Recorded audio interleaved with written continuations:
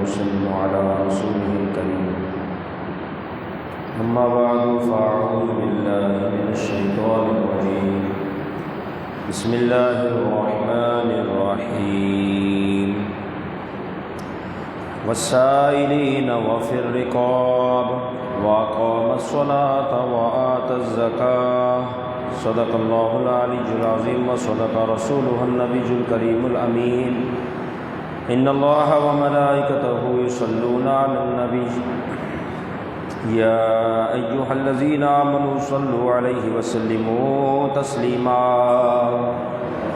اللهم صل على سيدنا ومولانا محمد عدد ما في علم الله صلاة دائمة بدوام ملك الله. صلاة وسلام عليك يا رسول الله. اللہ جل جلالہ کی حمد و سلام سرکار فخر کائنات قائد المرسلین احمد مصطفیٰ صلی اللہ تعالیٰ علیہ وسلم کی بارگاہ میں درود السلام نظرت پیش کرنے کے بعد، جیسا کہ آپ تمام احباب جانتے ہیں کہ ہماری یہ درس قرآن کی بابرکت و مقدس محفل ہر اتوار بعد نماز ظہر منعقد ہوتی ہے. اللہ رب العزت اس میں مزید ہم کو برکت نصیب فرمائے، ذوق و شوق کے ساتھ قرآن مجید سمجھنے کی نیت سے شرکت کرنے کی توفیق عطا فرمائے، اور قرآن مجید کے نور سے ہم سب کے قلب کو منور فرمائے. اللہ رب العزت سورۃ البقرہ آیت نمبر 177 دوسرا پارہ ارشاد فرماتا ہے والسائلین وفی الرقاب، اور سائلوں پر اللہ رب العزت کی محبت میں اپنے مالوں کو خرچ کرو، وفی الرقاب اور گردن چھڑانے میں، واقام الصلاۃ وآت الزکاۃ نماز کو قائم کرو، زکوٰۃ کو ادا کرو. سائل کے حوالے سے گزشتہ درس قرآن میں بھی ذکر ہوا تھا کہ کون سا شخص ہے جس کو مانگنا جائز ہے، اور کون سے ایسے لوگ ہیں جن کو مانگنا ناجائز اور دینا بھی گناہ ہے. انصاری صحابی رسول اکرم صلی اللہ تعالیٰ علیہ وسلم کی بارگاہ میں آئے، عرض کرنے لگے یا رسول اللہ صلی اللہ تعالیٰ علیہ وسلم، بہت غریب ہوں، مال و متاع کچھ نہیں، آپ جو ہے وہ کچھ مدد فرمائیے. آپ علیہ الصلاۃ والسلام کی بارگاہ میں انصاری صحابی کا اس طرح آنا، پھر سوال کرنا، حضور علیہ الصلاۃ والسلام نے اس انصاری صحابی کو ایک ایسی راہ بتا دی، ایک ایسی راہ کی طرف اشارہ کر دیا، اور یہی وہ راہ ہے اور یہی وہ اشارہ ہے جو قیامت تک آنے والے سارے امتیوں کے لیے ہے کہ جب کسی پر اس قسم کی حاجت درپیش ہو تو وہ سوال نہ کریں بلکہ اپنے آپ پر غور و فکر کریں. آپ علیہ الصلاۃ والسلام نے فرمایا کہ گھر میں کیا ہے؟ صحابی عرض کرنے لگے یا رسول اللہ صلی اللہ تعالیٰ علیہ وسلم، ایک ٹاٹ ہے، یعنی کمبل، جسے میں بچھاتا بھی ہوں، کچھ اس کا حصہ اوڑھ لیتا ہوں بس، اور ایک ہی ہے. پھر آپ نے فرمایا کہ اس کے ساتھ اور کیا ہے؟ صحابی رسول عرض کرنے لگے یا رسول اللہ صلی اللہ تعالیٰ علیہ وسلم، ایک پیالہ بھی ہے جس سے میں پانی پیتا ہوں، ان دو چیزوں کے علاوہ میرے پاس تیسری کوئی چیز نہیں. ابھی حقیقی محتاج والا معاملہ ہوا. یقیناً جس کو دینا باعث ثواب اس اعتبار سے کہ اس کے پاس ایک دن کا بھی گزر بسر نہ ہو. اب یہ صحابی ہے انصاری جن کے پاس ایک کمبل ہے جس کو بچھایا بھی جاتا ہے، اسی کو اوڑھا جاتا ہے، اور دوسری چیز فقط پیالہ پانی کا، فقط، تیسری کوئی چیز ہے ہی نہیں. کیسی زندگی! حضور سے کیسے سوال کیا؟ اب آپ علیہ الصلاۃ والسلام نے اس موقع پر ارشاد فرمایا کہ میرے صحابی وہ دونوں چیزیں میرے پاس لے آؤ. اب وہ انصاری صحابی آپ علیہ الصلاۃ والسلام کے حکم پر عمل کرتے ہوئے دونوں چیزیں رسول اکرم صلی اللہ تعالیٰ علیہ وسلم کی بارگاہ میں حاضر کرتے ہیں۔ آپ علیہ الصلاۃ والسلام ان دونوں چیزوں کو لیتے ہیں، کمبل اور پیالہ۔ صحابہ میں اعلان فرماتے ہیں کوئی اس کو خریدنے والا؟ ایک صحابی رسول نے عرض کیا، یا رسول اللہ میں اسے خریدتا ہوں 1 درہم کے عوض، 1 درہم فقط۔ پھر آپ علیہ الصلاۃ والسلام نے 2 سے 3 مرتبہ مزید ارشاد فرمایا ہے کوئی اس کو خریدنے والا؟ اب کی بار جو ہے وہ ایک صحابی رسول کھڑے ہوئے عرض کرنے لگے، یا رسول اللہ صلی اللہ تعالیٰ علیہ وسلم میں سے 2 درہم کے عوض خریدتا ہوں۔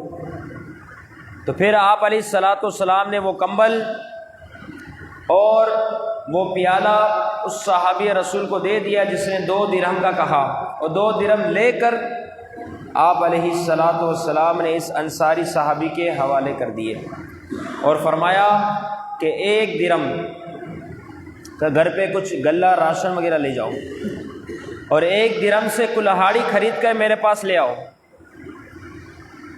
جیسا حکم تھا اس کے مطابق 1 درہم کا اس نے راشن اپنے گھر پہ پہنچایا۔ دوسرے درہم کی کلہاڑی خریدی، آپ علیہ الصلاۃ والسلام کی بارگاہ میں پیش کر دی۔ آپ علیہ الصلاۃ والسلام نے اپنے دست اقدس سے اس کلہاڑی کے اندر دستہ لگایا، اور پھر آپ علیہ الصلاۃ والسلام نے فرمایا اس کلہاڑی کو لے جاؤ اور جنگل کی طرف جاؤ، وہاں جا کے لکڑیوں کو کاٹو اور پھر اسے بیچو، 15 دن کے اندر اندر مجھے نظر نہیں آنا، یہ کام کرنا ہے تمہیں۔ صحابی رسول گئے، جیسے آپ علیہ الصلاۃ والسلام نے حکم ارشاد فرمایا اس کے مطابق 15 دن کے بعد وہ صحابی رسول آپ علیہ الصلاۃ والسلام کی بارگاہ میں حاضر ہوئے۔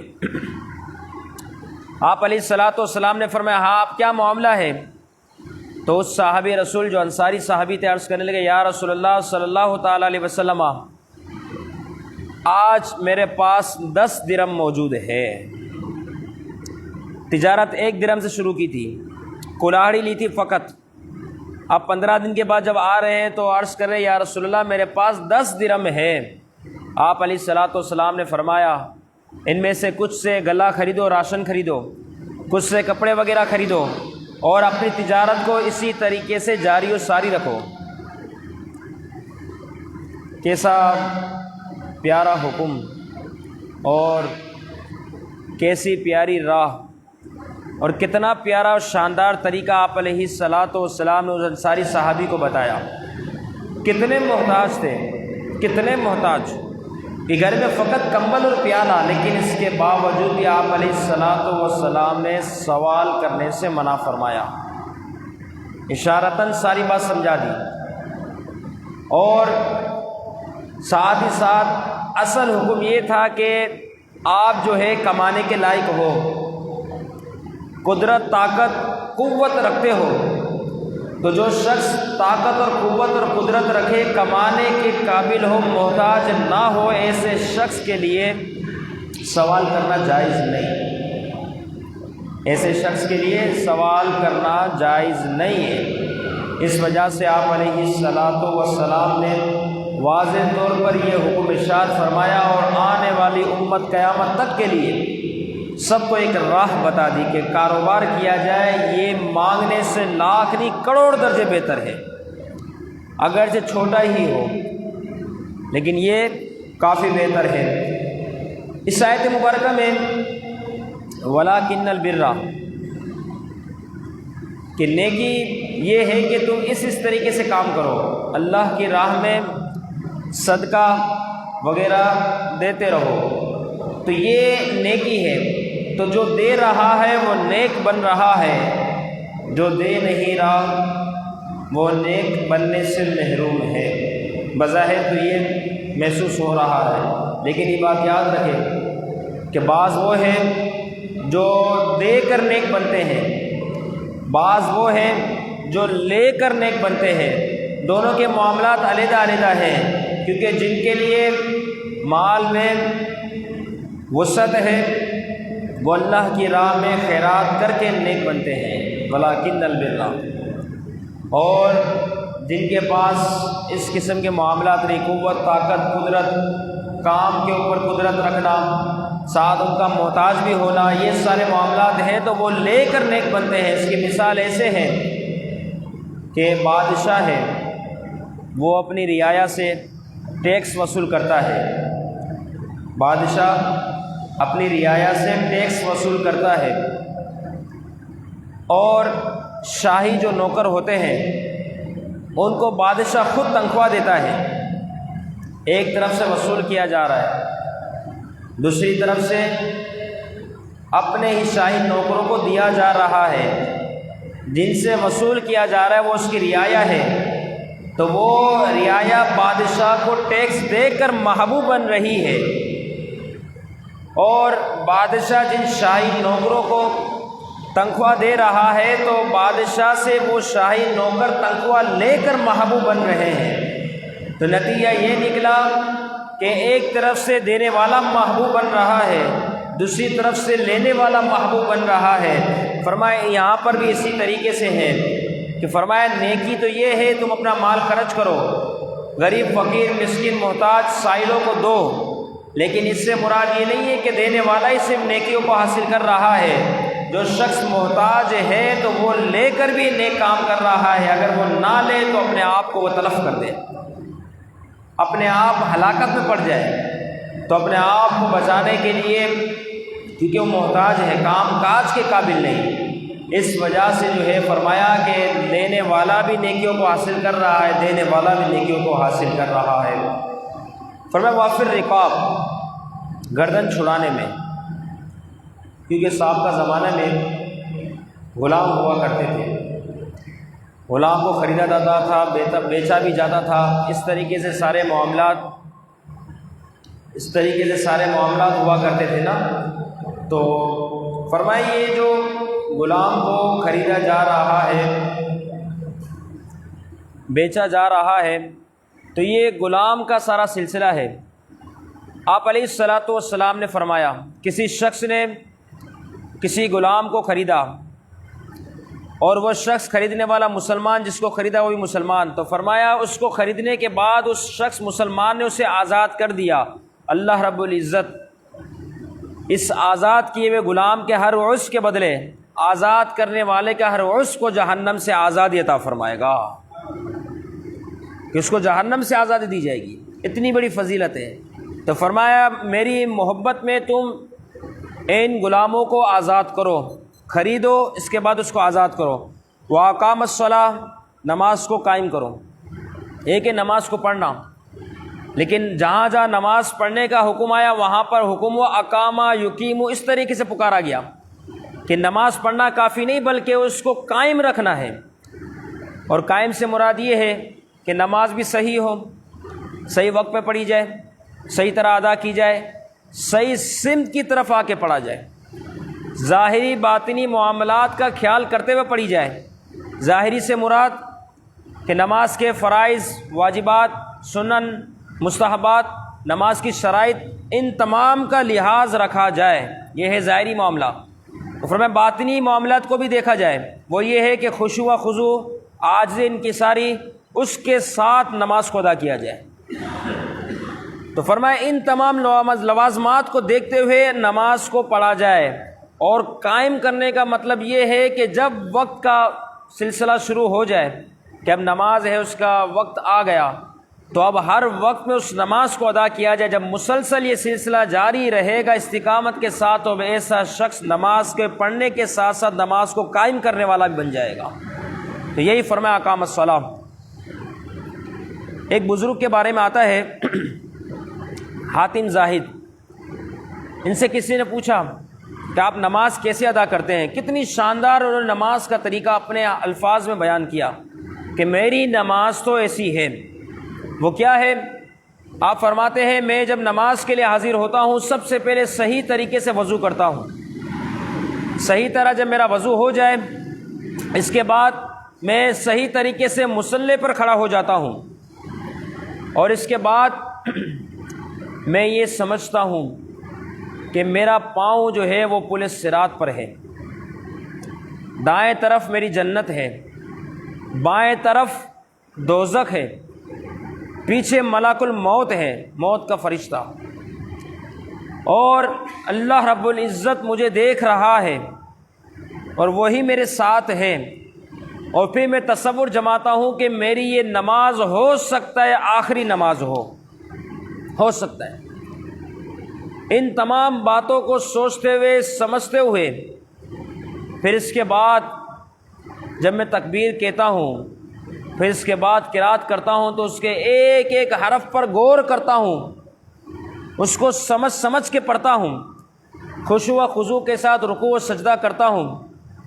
اس کے بعد میں جب سلام پھیرتا ہوں تو اللہ رب العزت کی بارگاہ میں خوب دعائیں کرتا ہوں، اے اللہ اس نماز کو تو قبول فرما لے۔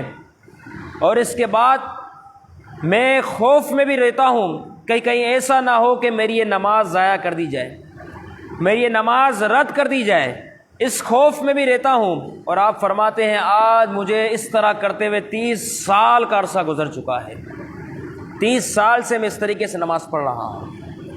تو جن کو اللہ نے عبادت کا ذوق و شوق عطا فرمایا تو وہ اسی طرح نماز پڑھتے ہیں کہ رب کے حضور کھڑا ہونا ہے، اب نماز پڑھنا نہیں بلکہ نماز کو قائم بھی رکھنا ہے اور اس کے لوازمات اس کی شرائط کے ساتھ اس کو ادا کرنا ہے۔ تو فرمایا وَأَقَامَ الصَّلَاةَ، نماز کو قائم کرو، وَآتَ الزَّکَاةَ، زکوٰۃ کو ادا کرو۔ کہ زکوٰۃ سے پیچھے رہنے والا شخص، اس کو جس کے اوپر زکوٰۃ لازم ہے پھر بھی اس کو ادا نہ کرے، اتنا بد نصیب ہے شخص۔ سورۃ توبہ 10واں پارہ آیت نمبر 35 میرا رب ارشاد فرماتا ہے یوم یحمى علیہا فی نار جہنم، فرمایا ایسا شخص وہ ہے کہ اس کا جو مال و متاع ہوگا اس کو جہنم کی آگ میں تپایا جائے گا۔ یوم یحمى علیہا فی نار جہنم فتقوی بہا جباہہم وجنوبہم وظہورہم، پھر اس کو تپانے کے بعد اسی مال کے ذریعے اس کے کروٹوں کو، اس کی پیشانی کو اور اس کی پیٹھ کو داغا جائے گا۔ داغنا سمجھتے ہیں جس طریقے سے چمڑی کے اوپر گرم جو اوزار ہو ان سے کچھ لکھا جاتا ہے اور وہ چیز ہمیشہ کے لیے جلد پر پیوست ہو جاتی ہے، ہمیشہ کے لیے، جس کو کہا جائے کہ جلد کو بگاڑنا۔ تو فرمایا اس طریقے سے انہیں سخت عذاب دیا جائے گا۔ جہنم کا ایک دن 50,000 سال کے برابر ہوگا، 50,000 سال۔ اور فرمایا جب یہ داغا جائے گا اس جہنم کی آگ میں اس کے مال کو تپانے کے بعد، وہ مال جس کی اس نے زکوٰۃ ادا نہیں کی، پھر اس کے بعد جب اس کو داغا جائے گا، داغنے کے بعد جیسے وہ اس کے جسم کے جزیات، پیشانی، کروٹ اور پیٹھ جیسے ٹھنڈی پڑے گی، دوبارہ اس کو اسی طریقے سے داغا جائے گا۔ یہ سلسلہ جاری و ساری رہے گا۔ کتنا سخت تکلیف والا عذاب ہوگا اس شخص کے اوپر جس نے اپنے مال کی زکوٰۃ کو ادا نہ کیا، حالانکہ اس کے اوپر زکوٰۃ فرض تھی۔ تو یہ اس شخص کے لیے اس موقع پر عذاب ہوگا۔ جباہہم وجنوبہم وظہورہم ھذا ما کنزتم لانفسکم، یہ ہے تیرا خزانہ، یہی وہ خزانہ جس کو دنیا میں تو بچا لیتا تھا اور اللہ کی راہ میں زکوٰۃ جو تجھ پہ فرض تھی تو اس سے ادا نہیں کرتا تھا۔ تو یہ یقیناً اس کے لیے اس موقع پر بدنصیبی والا معاملہ ہوگا۔ اصل بات تو یہ ہے کہ جس نے مال سے محبت کی اس کا حشر ایسا ہی ہے کہ جس کی مال سے محبت تام ہو جائے، مکمل ہو جائے، پوری ہو جائے، پھر اس کو خرچ کرنے کا دل نہیں کرتا۔ وہ بس اپنے اوپر تو خرچ کرے گا، اپنے بیوی بچوں پر تو خرچ کرے گا، لیکن ایسا بدنصیب شخص اللہ رب العزت کی طرف سے مقرر کردہ جو زکوٰۃ ہے، فرض ہے، اس کو ادا نہیں کرے گا، بلکہ اس کو اپنے پر بوجھ جانے گا، اس کو اپنے ذہن میں ٹیکس خیال کرے گا والعیاذ باللہ کہ میں کیوں ادا کروں۔ جس طریقے سے ثعلبہ کے بارے میں آتا ہے کہ ثعلبہ کون تھے؟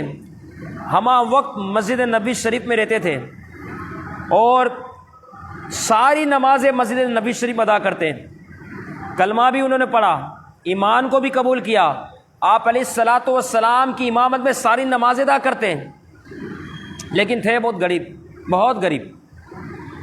ان کے بارے میں یہاں تک آیا کہ صحابہ کے درمیان یہ بات مشہور تھی کہ ان کو حمامۃ المسجد کہا جاتا تھا، یعنی مسجد کا کبوتر۔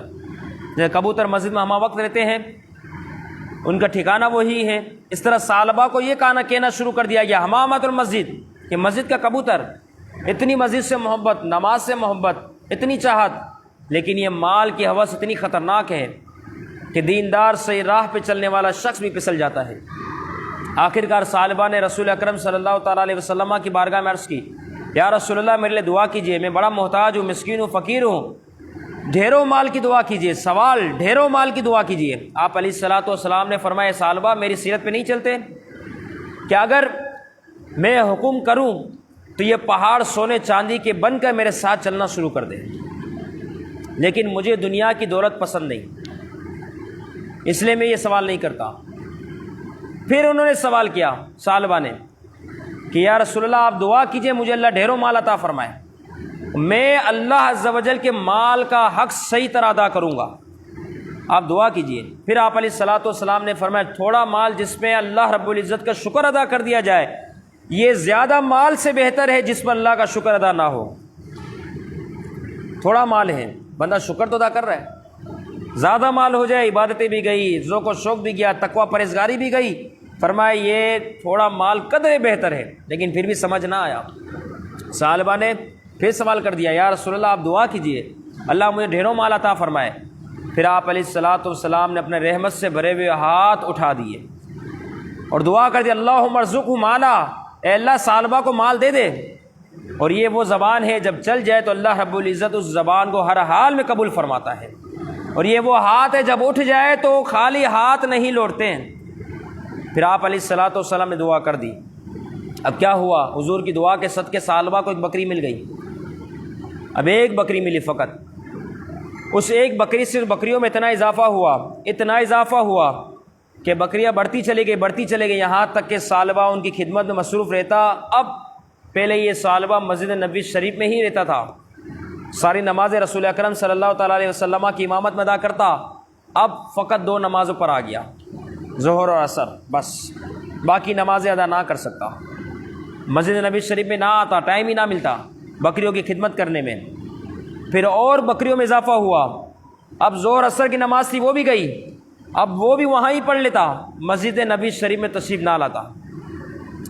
پھر کیا ہوا، ان بکریوں میں اور اضافہ ہوا کہ پہلے اب جمعے کی نماز پڑھا کرتا تھا، اب کیا ہوا بکریوں میں بہت زیادہ اضافہ ہو گیا، اب اس کا مکان، اس کی جگہ چھوٹی پڑ گئی تو اس نے شہر سے باہر جگہ کو لے لیا، اب جمعے کی نماز سے بھی محروم ہو گیا۔